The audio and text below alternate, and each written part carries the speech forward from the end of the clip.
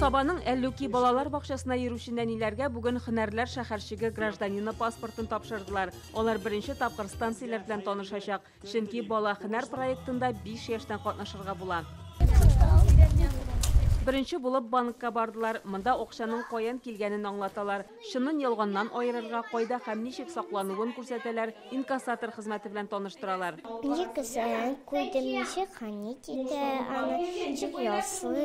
Аларны банк тормышы белән таныштырабыз. Акчаның кайда барлыкка килгәнен, кайда сакланганын, банкта нинди хезмәткәрләр эшләгәнен таныштырабыз. Төрле уеннар уйныйбыз балалар белән. Бала һөнәр проекты Сабада 2019 елдан гамәлгә ашырыла. Ел саен 500-гә якын бала катнаша. Төрле оешмаларда 33 станция оештырылган. Мал табибы, янгын сүндерүче, машина төзәтүче, полиция хезмәткәре, укытучы, чәч-тараш. Балалар һөнәрләр белән танышып кына калмый, үзләре дә эшләп карый. Моның өчен аларга акча да түлиләр. Банкта станцияләргә керү өчен махсус барстар бирелә. Үзебезгә максат куйдык.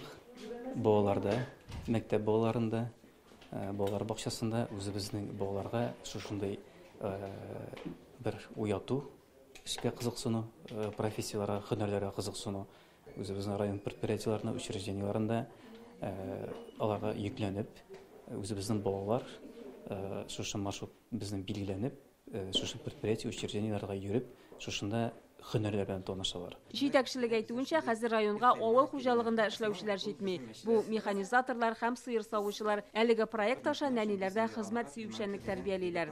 Әлеге станциядә балаларны коткаручылар һәм янгын сүндерүчеләр һөнәре белән таныштыралар. Дәресләр 30 минут бара. Шушы вакыт эчендә балалар багана башына менгән мәчене коткарырга да, янгын сүндерергә дә өлгерәләр. Иң мөһиме, ут белән уйнарга ярамаганлыгын тагын бер кат искәртәләр. Бу дәресләрдән соң балаларның күбесе янгын сүндерүче буласы килә башлады. Мы тусы пасаң, мы катайся на машине. Әлегә инде безнең янгын сүндерүчеләр җитәрлек дип әйтергә була инде. Но һәр вакытта бит инде кемдер кемнедер алмаштыра. Шуның өчен инде безнең үсеп килә торган поколение алмашлыкка килә торган булсын инде. Саба мисалында әлеге проектны башка районнарда да оештырырга телиләр. Бүген бу турыда утырышта сөйләштеләр. Балалар күп вакытын компьютер кашында үткәргәнче шундый кирәкле дәресләрдә шөгыльләнсен иде дигән фикердә алар.